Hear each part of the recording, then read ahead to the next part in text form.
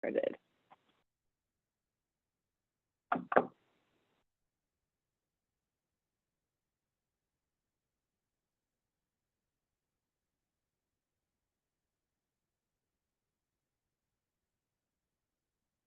Good morning, everybody. I hope y'all are doing well. We are letting folks filter in. Hope you're having a lovely Thursday. As you come in, feel free to use the chat box. This time around, you should be able to connect with it and tell us where you're coming in from. We'd love to hear where you're joining us from this beautiful Thursday morning. Hi, Christine from Montgomery County.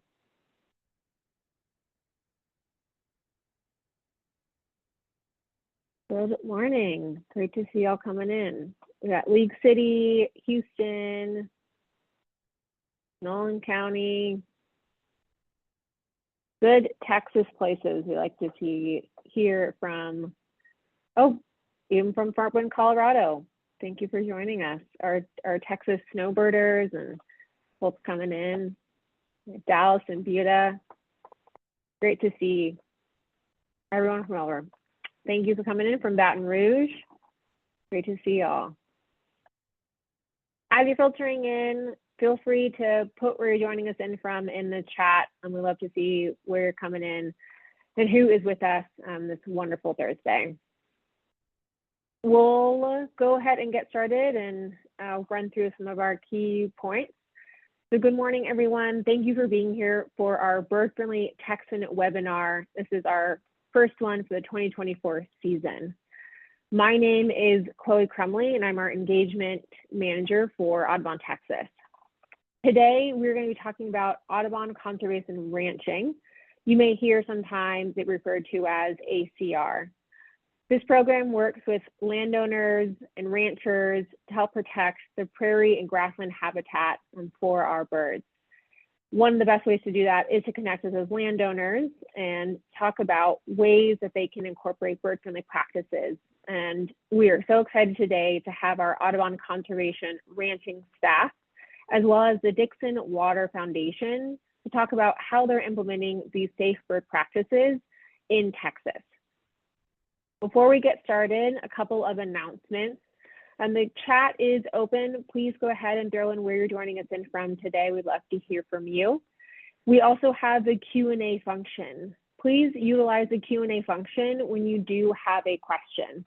If something is inspiring you and you want to say that you're interested or amazed by a point from one of our speakers, please throw that into the chat box.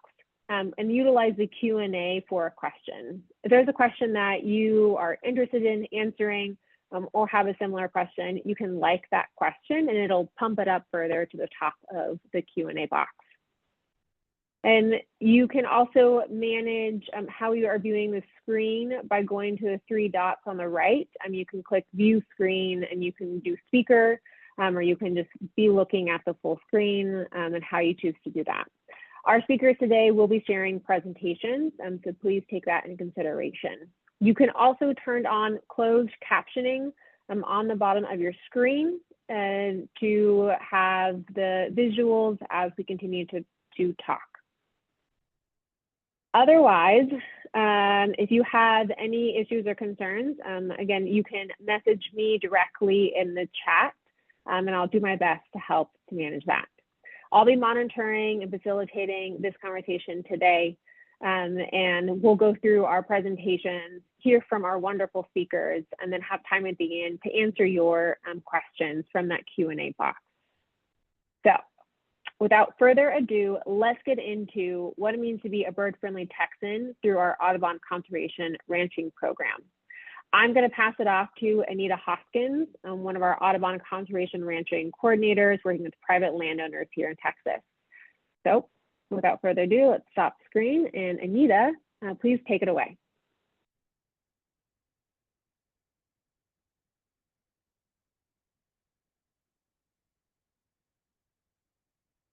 All right, thank you, Chloe, and thanks for getting us all here together.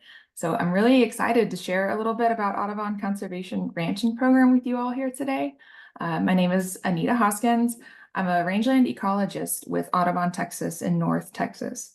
So I work with farmers and ranchers to deliver the ACR program, as well as to help them with technical assistance, help them connect to more opportunities to manage their land with grassland birds in mind.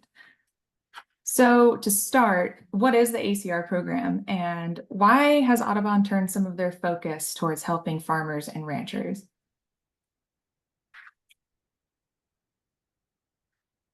So much of this comes from what we know about the alarming rates of bird decline.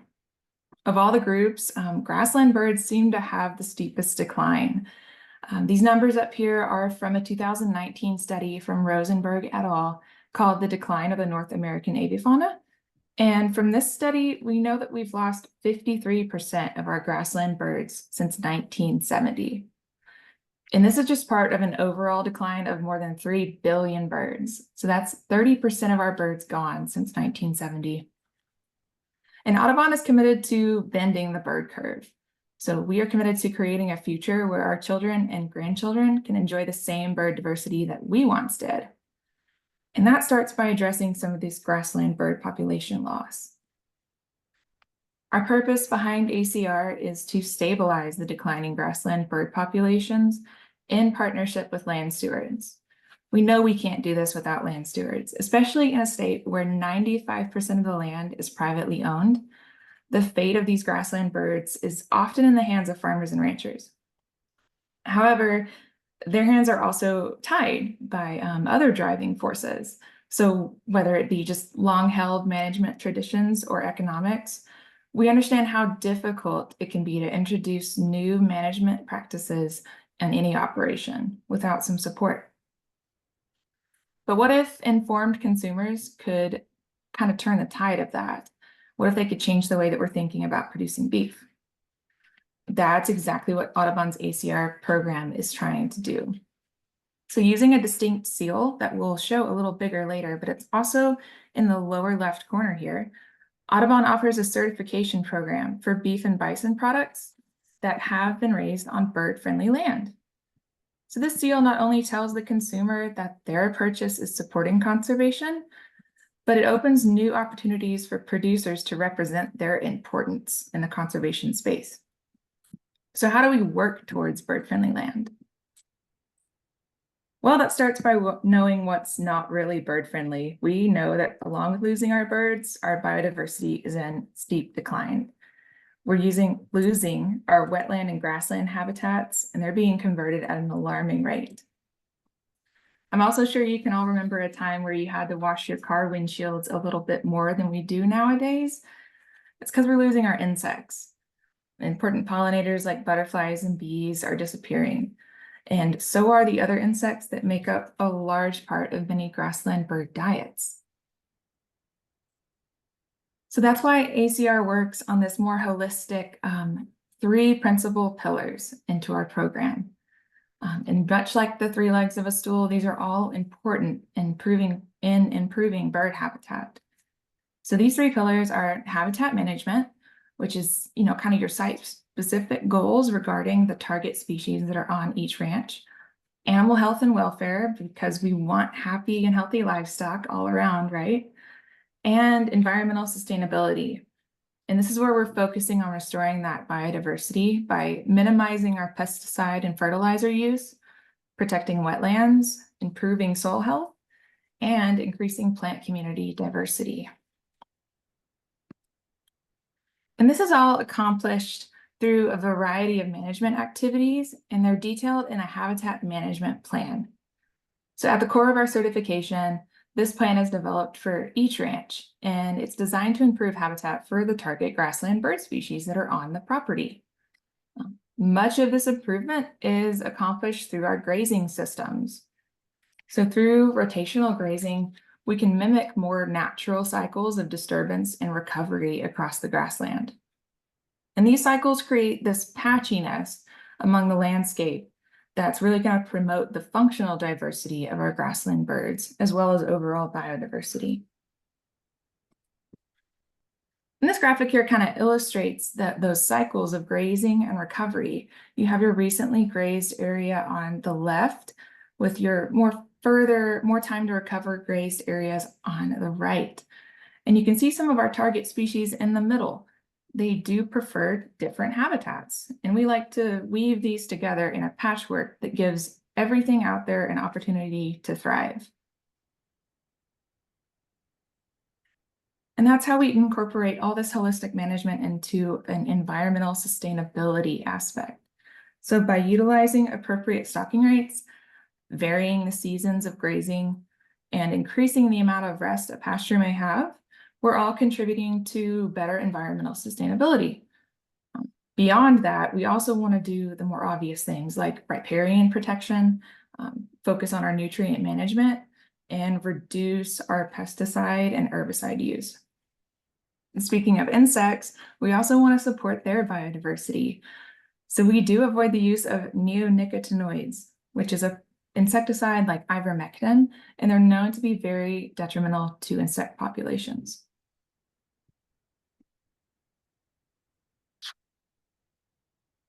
When we put all the puzzle pieces together of rotational grazing and holistic management, we can see a trend in the health of the ecosystem.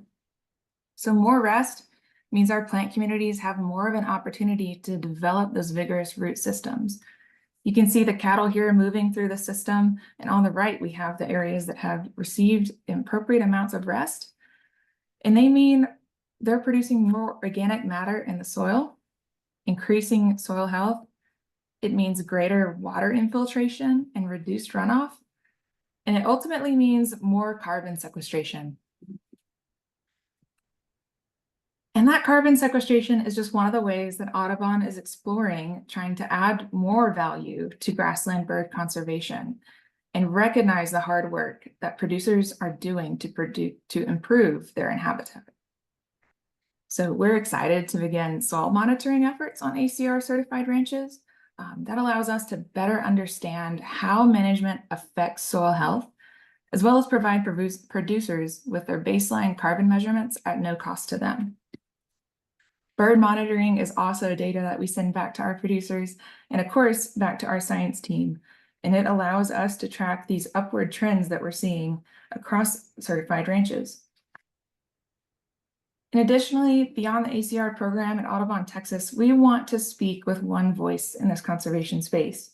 So maybe the program is not a fit for everyone, but Audubon, Texas still wants to help by offering technical assistance with management practices or helping producers find different conservation programs that fit into their operation. And then ACR also works on both sides of the curtain to add more value. We're working to secure partnerships with finishers, brands, and retailers, and this gives producers more opportunities to sell their products throughout the system. And now I'll turn it over to Thomas Schrader, who is our Conservation Ranching Partnerships Manager, and he's going to share a little bit more about those market opportunities as well as our seal.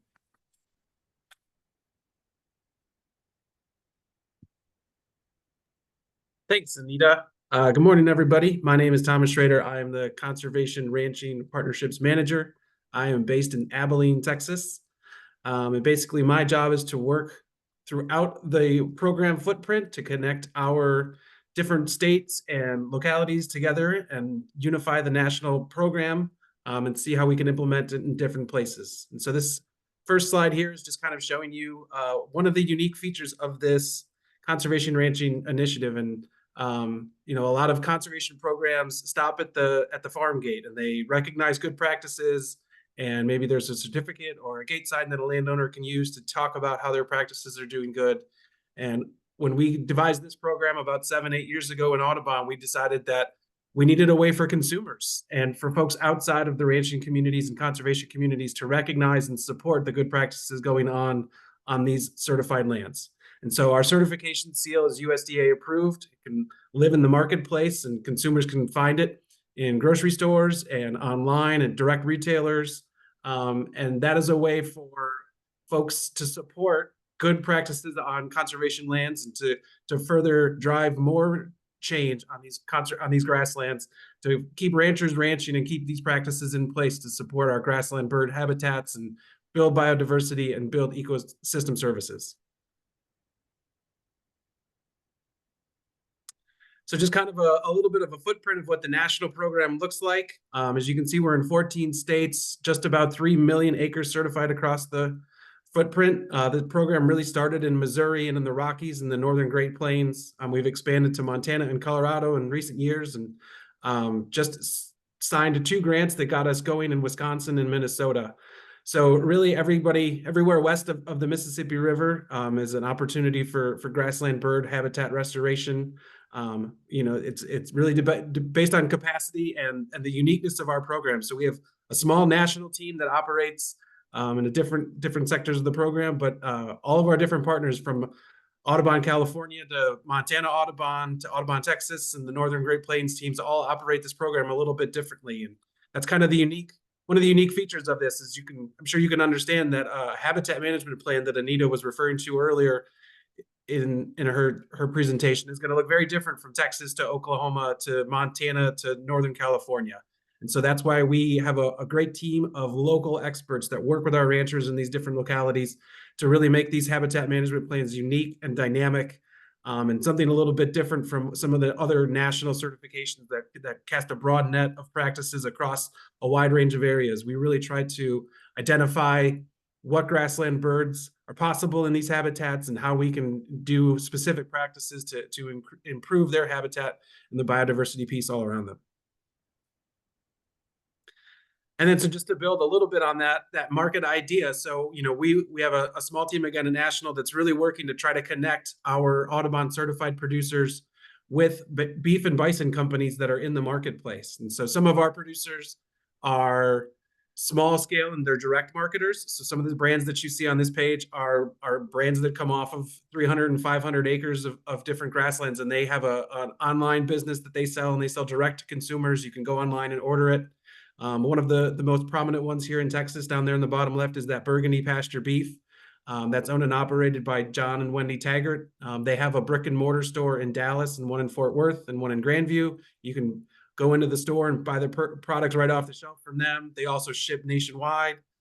They just expanded their operation and now have a backgrounding location just outside of Lipan, Texas. So connecting the whole supply chain and really giving them an opportunity to tell the story of how Texas raised, as grass-fed, grass-finished beef can also be bird-friendly and do good things for habitat. And so we just added that group up there in the top corner, Wild Idea. They're in South Dakota.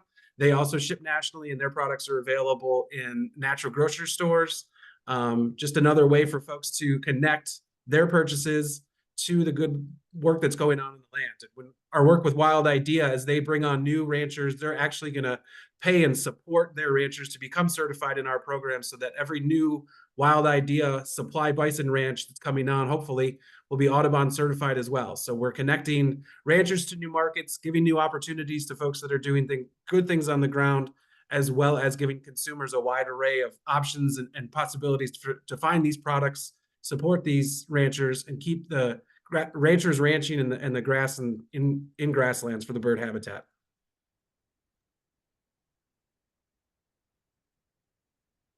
Awesome. Thanks, Thomas. And before we move on to Dixon real quick, I wanted to introduce another tool from Audubon Conservation Ranching and AudubonTexas. We've produced an online landowner toolkit. And so we know in Texas there are quite a few conservation resources that help with financial or technical assistance, but they can be a little difficult to navigate if you're looking to improve your land.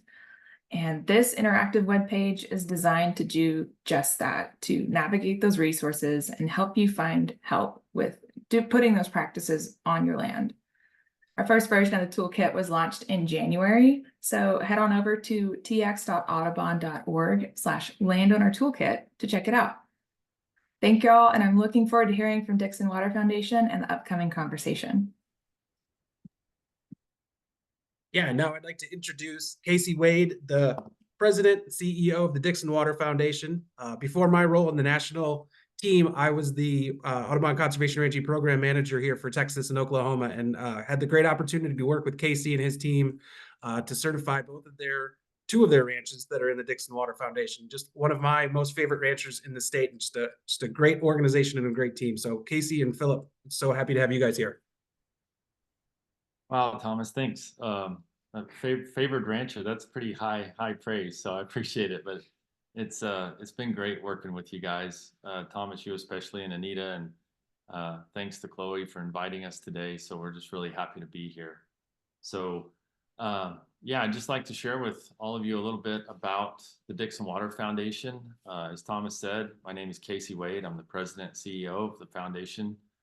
And then Philip Boyd, our VP of Science and Research, is here with me today. So our mission with the Dixon Water Foundation, we exist to help create healthy watersheds through sustainable land management. So really, like Anita mentioned earlier, 95+% of the state of Texas is privately owned. And on much of that privately owned land, there is some sort of grazing operation. And so we feel like if we can improve grazing management and sustainable regenerative land management practices, then we can improve watershed health so that future generations of Texans can have plentiful and clean water to drink. And that doesn't just stop at watershed health or water. It goes on to healthy soil, healthy plant communities, diversity, healthy pollinators, bird life, wildlife. So really, our mission and the ACR program are a perfect fit. The way that we go about doing our work of helping to create healthy watersheds in the state is one, we have demonstration ranches, and our two ranches, one in far west Texas and one in north central Texas, are both certified in the ACR program, as Thomas mentioned. We also have education opportunities where we might have anything from school kids to university researchers out on our ranches doing work and having educational events. We give grants to partner organizations, and then we do our own research in-house, plus we invite others to come onto the ranches to do research as well. So I'll talk a little bit about our demonstration ranches. There are a lot of different tools to affect change on the land, but the tool that we choose to use is livestock. And as I mentioned, you can see on this map that we have our first ranch, kind of home base, our initial ranch in the Cross Timbers, north central Texas area, just northwest of Dallas-Fort Worth. And then we've got a ranch just on the outskirts of Marfa, Texas, out in the Trans-Pecos Chihuahuan Desert, Marfa Grasslands region. Here we've got the north central Texas ranch on the left and the far west Texas ranch on the right. And we use regenerative land management. Some people say holistic management or adaptive multi-paddock grazing, but really it's the same management tool. It might look very different in different rainfall and ecoregions, but the same principles are applied at both ranches. Here's another of our north central Texas ranch. We have a cow-calf and a Dorper sheep operation there. So oftentimes they're grazing together. And then here's a pronghorn antelope out on the far west Texas ranch. So we're mindful of all the wildlife species that occur on the ranches. Here's our nifty sign that Thomas gave us to prove that we are Audubon certified in north central Texas, and a map of our ranch there. And you'll notice we've got it really divided up into over 60+ different pastures so that we can intensively graze an area and then give it a long, lengthy rest and recovery period so that we're grazing in that patchwork manner that Anita mentioned earlier. Here again is just another picture of our flock and our herd together grazing intensively. And then we've got a few pictures here of just the recovery that we've been able to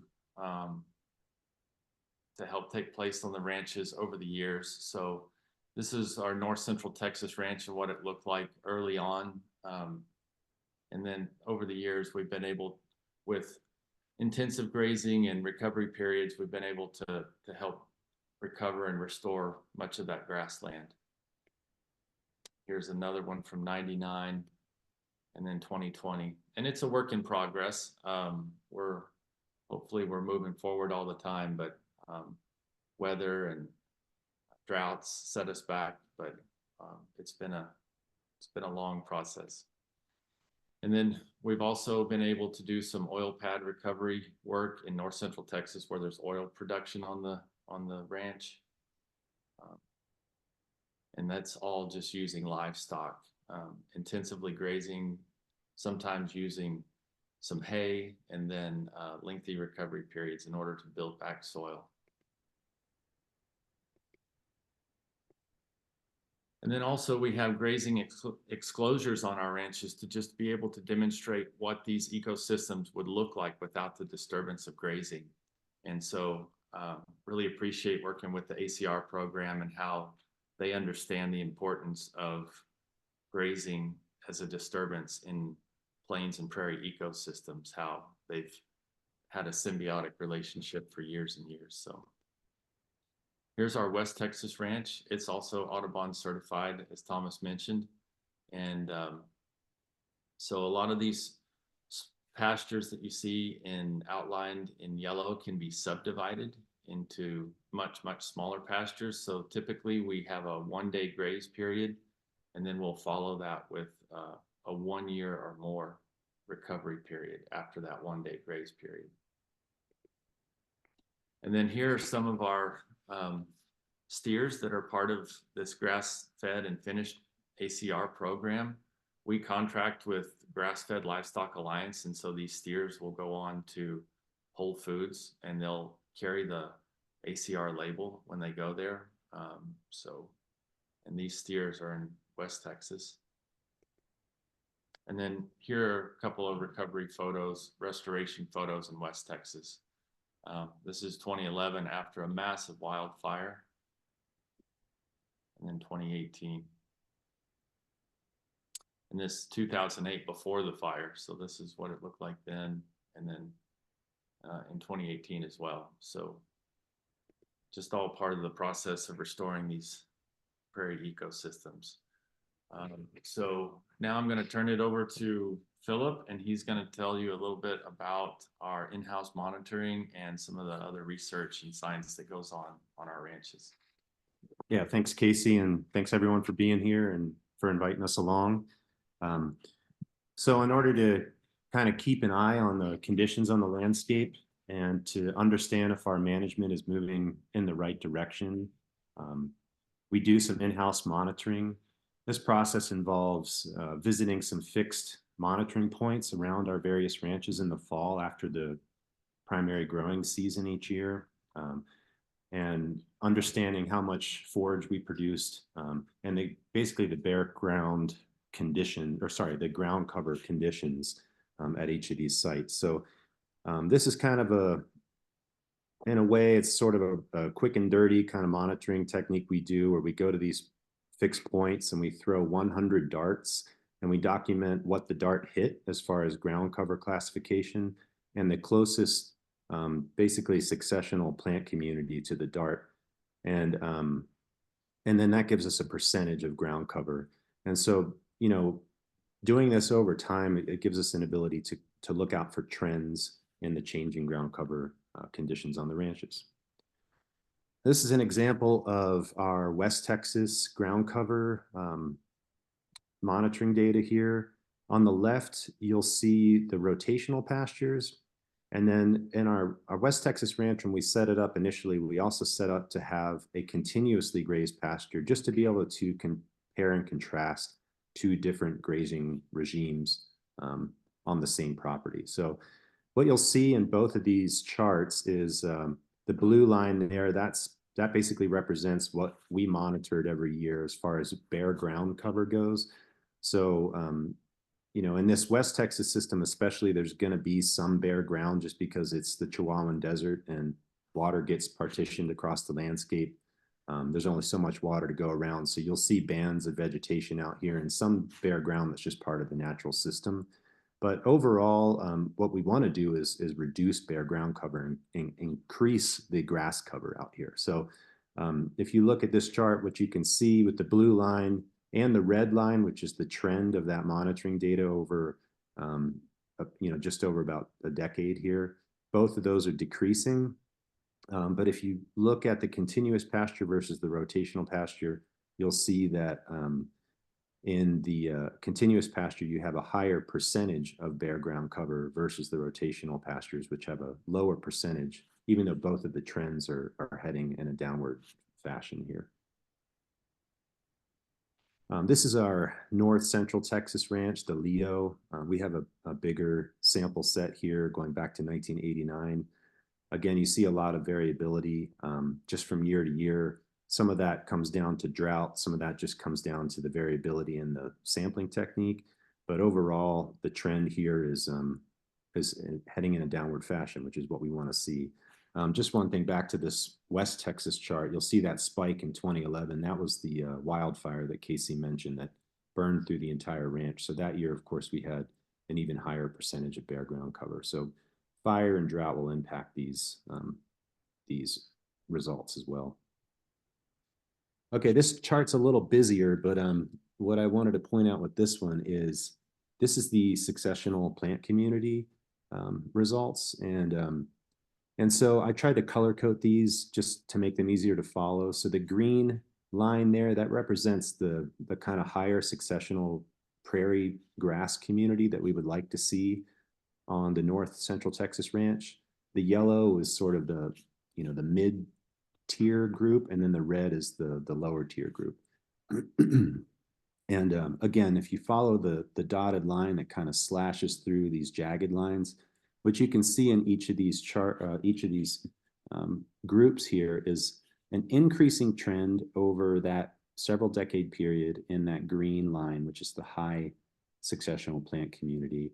You see a decreasing trend in the mid successional plant community, and that low cereal community is kind of remaining steady. Although if you look at the slope equation there, you'll see that there's a slight negative slope to that trend. So overall, what we're seeing here is a transition to a higher successional plant community, which again is what we'd like to see. And this is across several monitoring points on that North Texas ranch, and this is just an average of the whole ranch.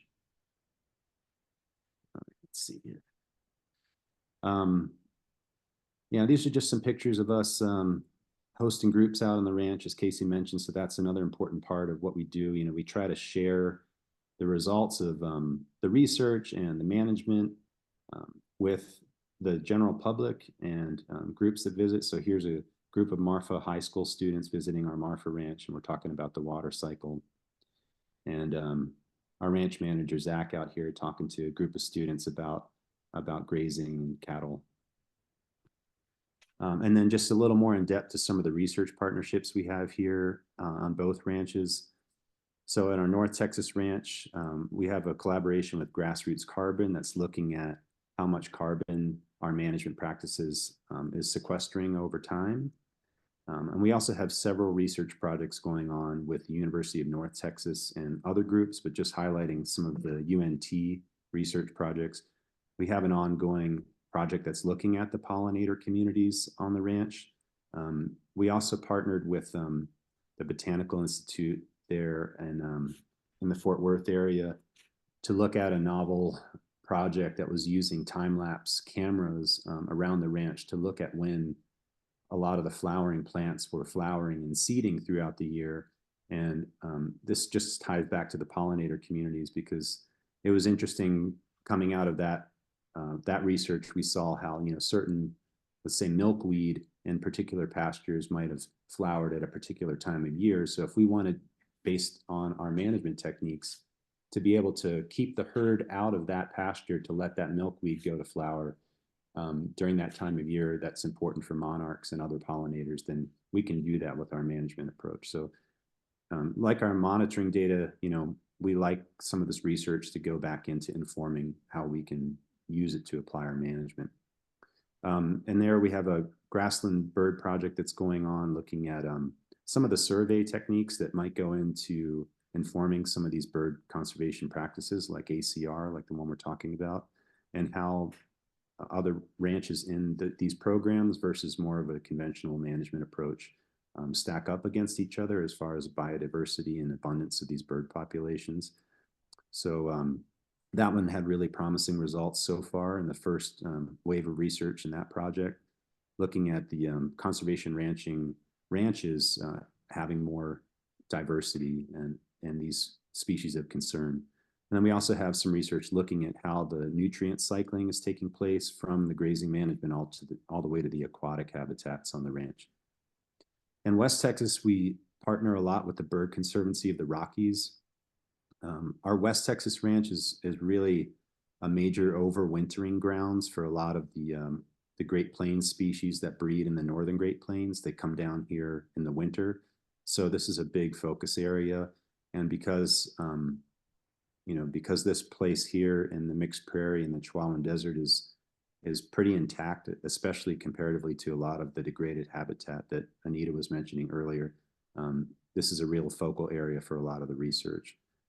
We also have some soil carbon research going on here, and then several projects with Sul Ross State University looking at range inventory, looking at forage production for cattle and for pronghorn, and looking at grassland birds. How are the birds utilizing this habitat, including some of our stock tanks in the winter periods and during migration. Just going to go a little into some of the research partnerships with the Bird Conservancy out here.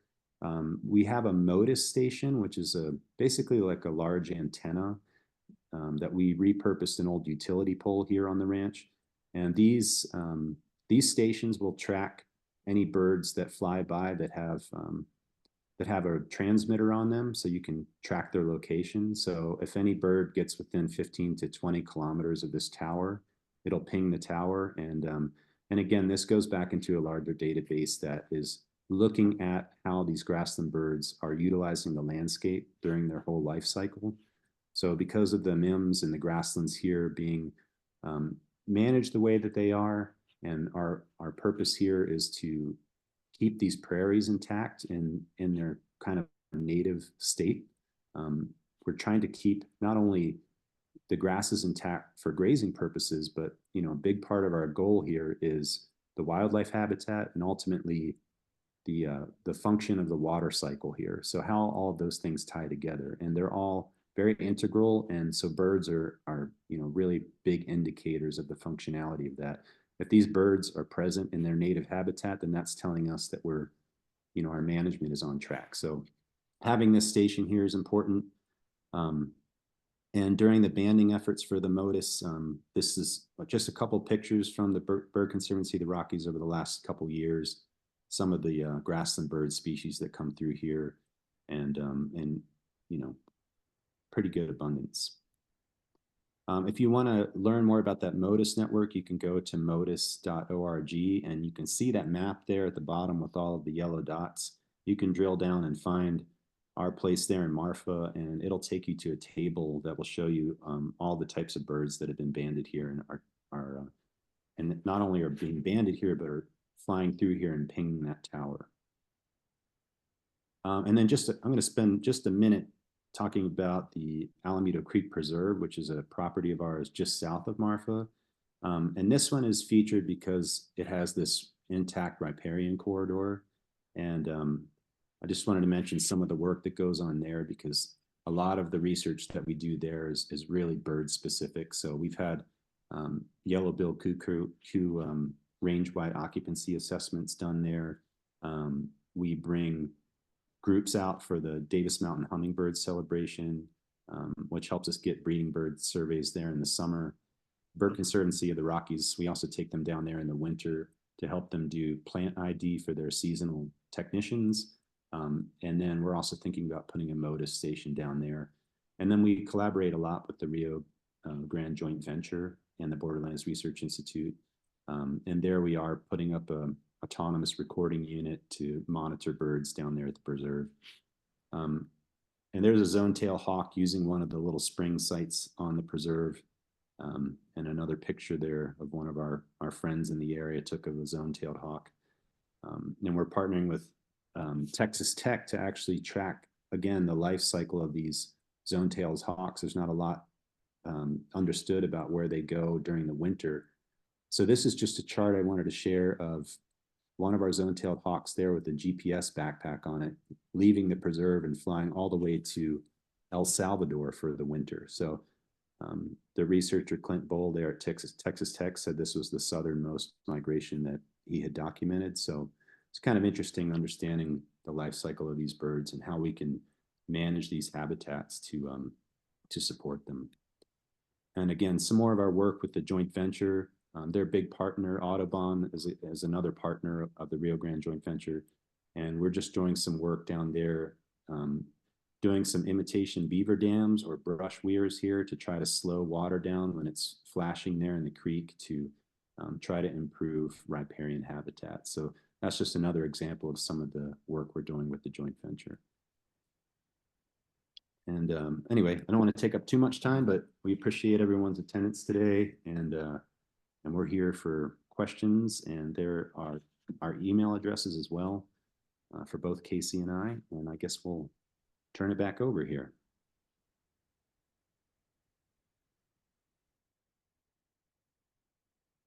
Oh, I'll mute myself.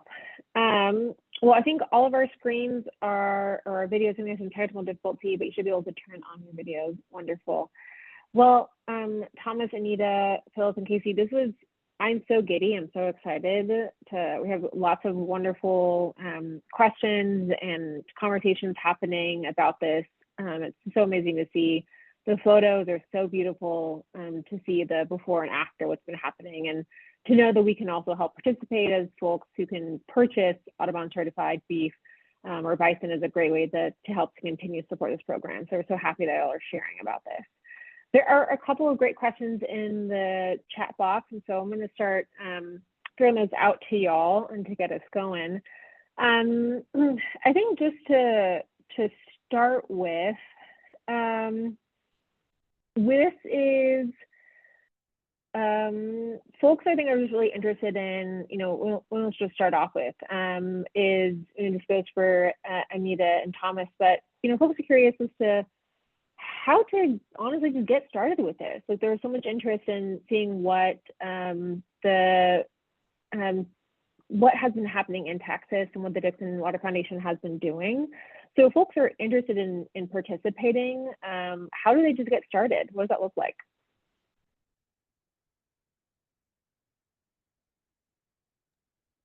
Yeah, so that looks like just a simple contact. Anybody who's interested, feel free to email me at anita.hoskins@audubon.org.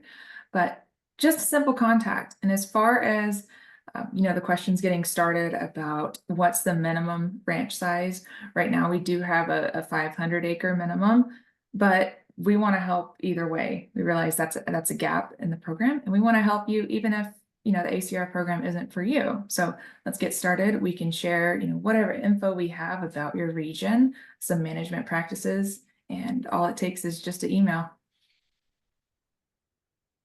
Wonderful. Perfect. Good to know. Well, we put your contact information there in the chat. Something that's come up that I'm also curious about, again, Philip and Casey, you were showing some of those pictures of what has happened on the ground, with the bare ground, and you're showing those charts, and then how, years later, we've seen that transformation. Can you talk about that process? Something that I'm not super familiar with. What does that look like? Is that reseeding? Is it just continual grazing? Is it leaving it bare? Like, how does that transformation happen? There's a lot that happens to it, I'm sure, but could y'all help us understand a little bit more about that a beautiful transformation? Sure, yeah. So it looks a little bit different depending on, what we're trying to do. So for example, on some of those, the oil pad location sites, where there's absolutely nothing, we might have to, we'll take some hay, some bales, and roll them out on the ground, and then take the entire herd of cattle and sheep and basically mob graze that hay for a very short time and then remove them. And so that leaves, that those animals are adding all kinds of nutrients to that, and we're actually covering the soil. So we're giving it a buffer for thermal insulation, and so that can start that process. On other areas that aren't quite as degraded,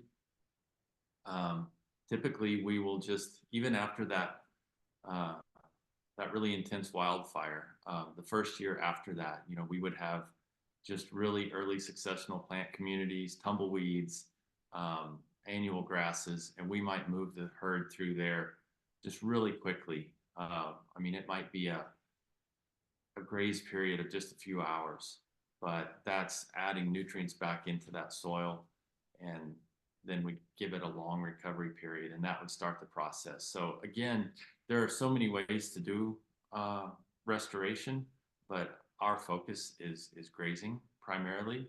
And so we're using animals as a tool to restore healthy soil. And what I've found over the years is if we can improve soil health, then Mother Nature takes care of the rest. We really haven't ever done any reseeding. So the latent seed bank is typically there. If so, you know, I've been parts of projects where we've seeded and seeded and seeded and nothing happens. But if we prepare the soil and get the microlife correct in the soil, and animals are really good at doing that, they carry that in their rumen and they can deposit it on the ground, and it works really well. So if we just use the animals, then it creates healthy soil, and the healthy soil creates really great diverse plant communities. Perfect. Well, that is, I think, a good reminder. Some of what y'all are showing is just the taking care of the soil and what that really can do to protect these spaces.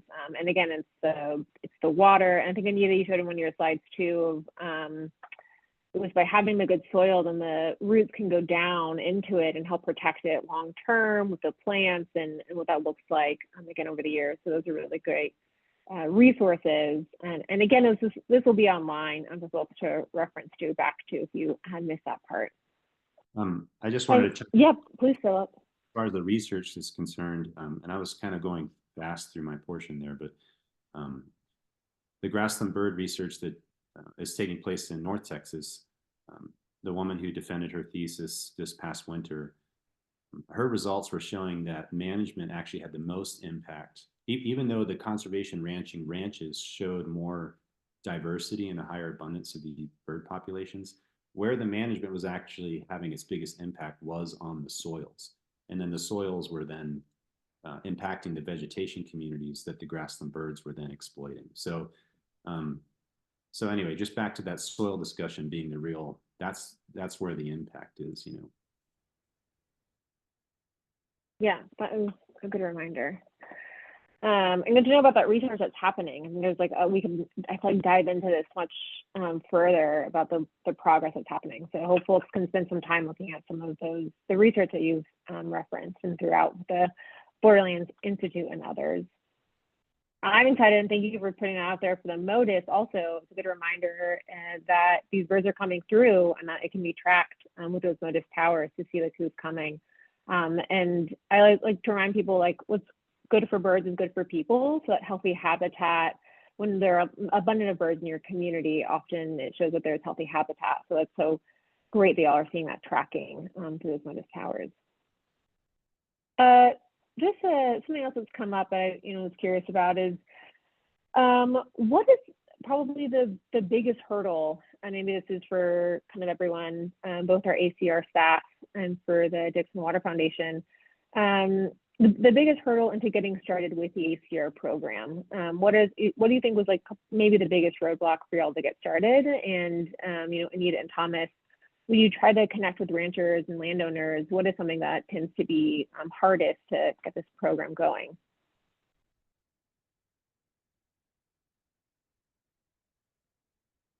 And Thomas, take that first if you want to, and then I'll talk to it from the producer end. Yeah, that's a good question. So we try to meet producers kind of where they're at. So the way the program is designed and the protocols that are in place, they are written with an eye towards making the good better and not kind of making everything perfect before we get started. So we have some protocols that we want to see changes over time, and so things that we see gradual change. So we're meeting producers that have never done rotational grazing before. and they're interested in getting into it. I would say in my experience that in the state of Texas, for sure, one of the big roadblocks to mimicking some of these systems is water. So it's one thing to be able to take a pasture and divide it into pieces with electrical fencing and regular fencing, but if you don't have that water infrastructure and those resources, the animals are not going to respond as well to that type of system. So really stepping back and analyzing your whole property, and that's one of the roles that Anita plays, is she'll meet with landowners and kind of give them that whole picture. And we start off with the soil maps, to Casey and Philip's point about understanding where these native grasses can come back and where our opportunities lie. And then we work on water infrastructure and fencing plans to develop a way to rotate the animals through, because again, it's with an eye towards animal welfare, habitat restoration, and better biodiversity. Those three pieces all have to kind of come together. So it really, you know, like the answer that you get for this question a lot in grazing circles is it depends. And that usually drives me crazy, but it really does. It depends on your property and your goals. And this program was put in place to work on all of those pieces and try to help folks meet their goals and achieve different outcomes. Just real quick to some of the questions in there. So, you know, like the idea of, you know, should we rotate? Is it better to rotate once or twice? Like the more rotation, the better. If you have one pasture and you cut it into two, you've just increased your rest and recovery on half of your place.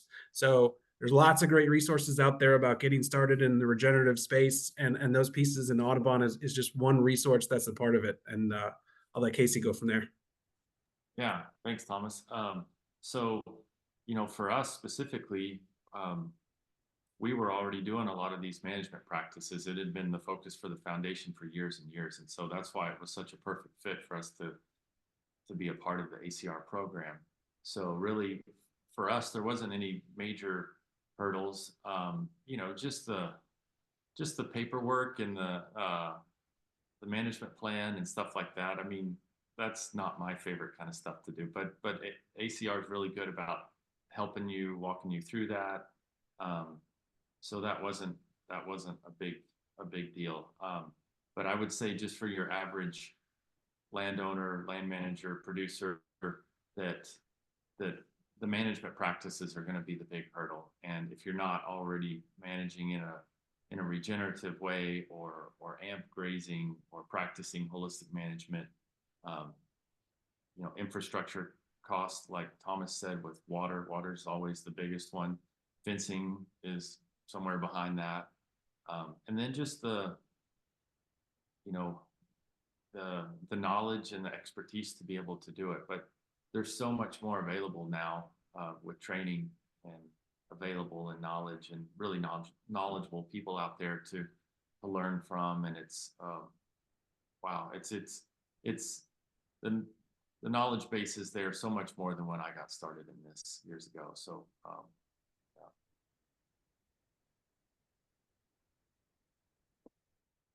That sounds great. And I'm glad to hear that. I'm glad that y'all are already participating in there, but it sounds like I'm so grateful to know that there are also resources out there, Thomas has referenced, that can get folks started on this.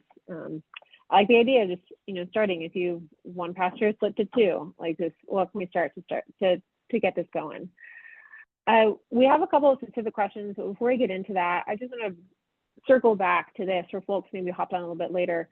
Anita, can you just remind folks who are, again, interested in this program, just like a brief overview of like, what does it mean just to get started? Like what are some of the basic, I don't know, 3 or 5 tenets or something, if someone is interested in being certified, say they meet the land criteria, what is some of the other basic things that they should know? What is that process to get certified they need to have in place?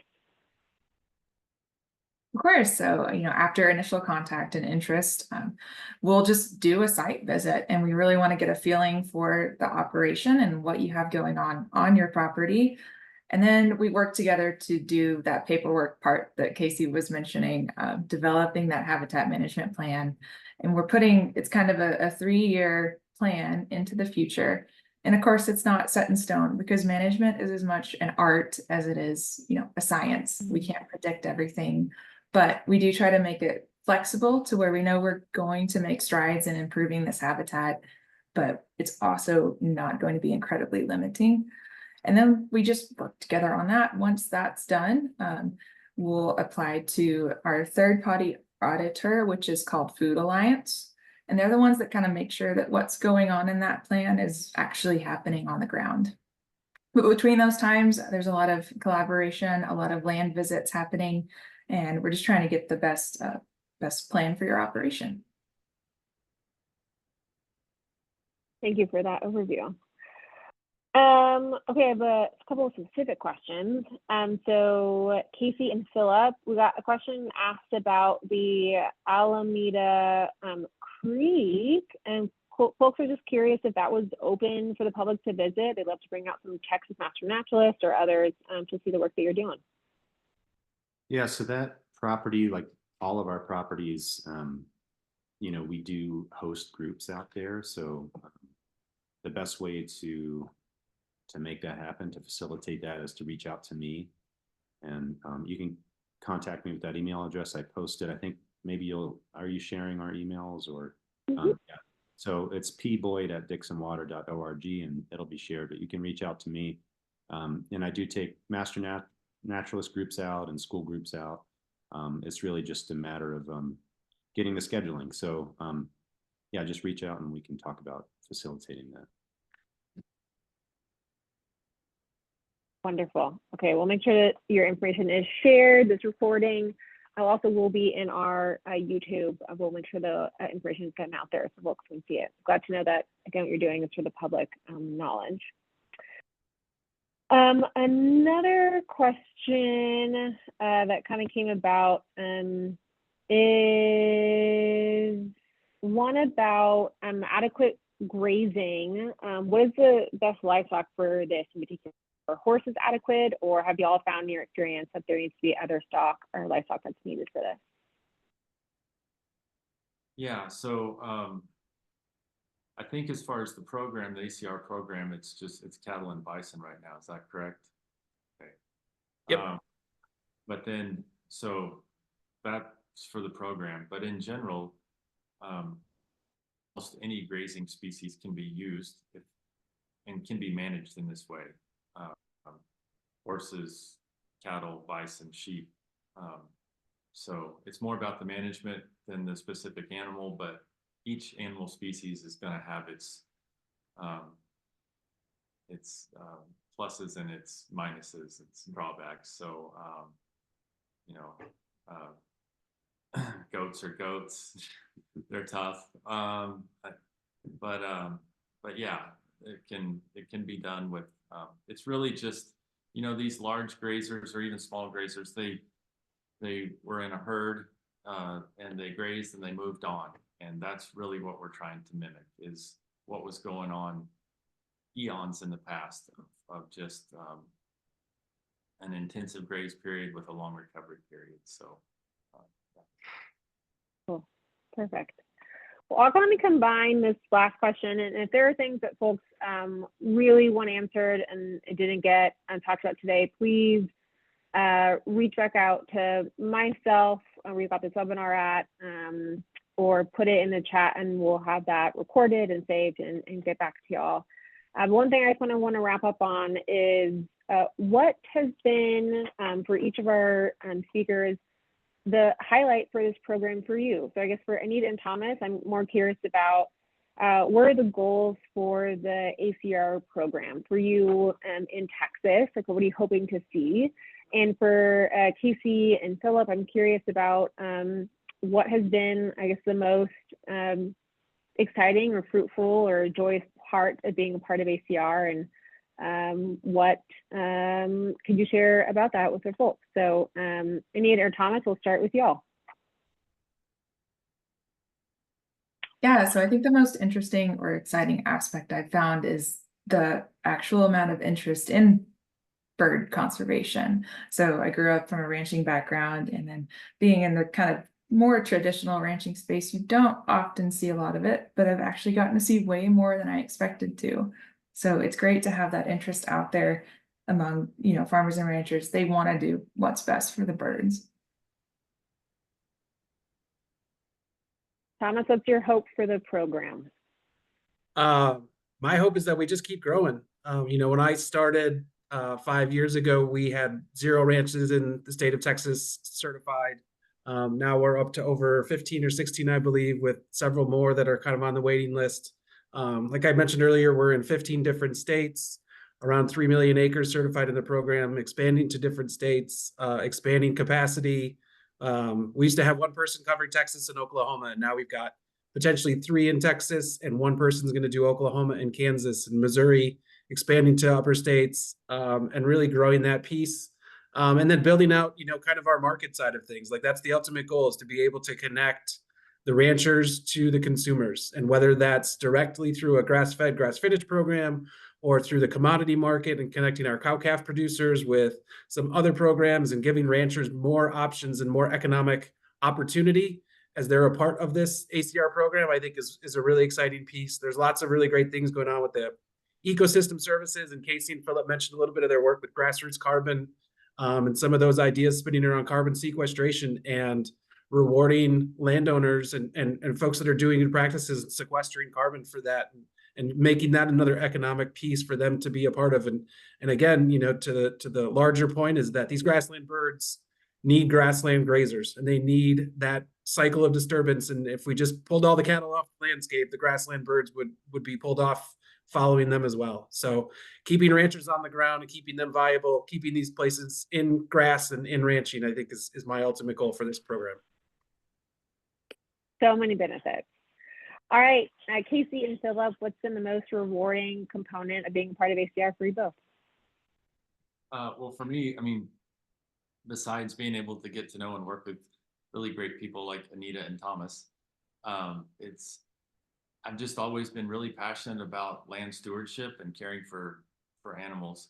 And so the ability to be able to be part of a program with an organization as well known and well respected as Audubon, and to be able to carry a label on the beef that we produce that is telling the consumer, hey, we're vouching for these people, that they are doing an excellent job of taking care of the land and taking care of their livestock, then that's the best to me, is to be able to have that third party Audubon verification to say, look, they're doing what they say they're doing, and we can vouch for it because we've done the hard work of investigating and assuring that and auditing them, so the product that you're buying is coming from land that is really well taken care of.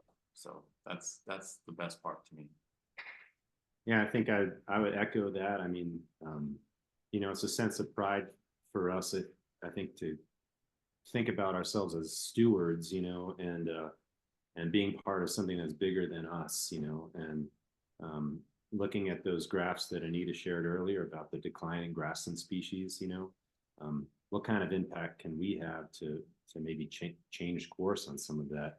And so to get the acknowledgement from a group like Audubon that says, hey, you're on the right track here, I think that's really, that really means a lot to us. I also think that it's just another important point that connects people. We're connected to our partners with Audubon. We're able to talk about this program and our management practices with, people who might come through an example like this webinar through Audubon to learn about what we do, and we can share information back and forth. And just largely like this idea of partnership and collaboration and sharing knowledge is really important to us. And this idea of connecting to not only people, but the broader landscape and all of the life that utilizes the habitat here is really important. So I think of it as just another point in that big web of connection, that's really valuable and rewarding. Wonderful, thank you. Yeah, we could spend so much time. There's so many wonderful benefits to the ACR program, for birds, for people, for the land, for the next generation. And so we're so excited to have Texas landowners who participated. So a big round of applause. Thank you so much for the Dixon Water Foundation for being a part of this. Thank you, Anita and Thomas, for your work that you're doing here in the state. We will send a follow-up email. You'll get it tomorrow with contact information, some of these resources, and access to this webinar. And hopefully that you are inspired to learn more, to reach out, to buy certified meat. And so thank you all again for being here, and thank you to our presenters. Appreciate your time. Thank you all. Yeah, thanks. Yep. Thank Thank you. you. Okay, have a wonderful day. Bye.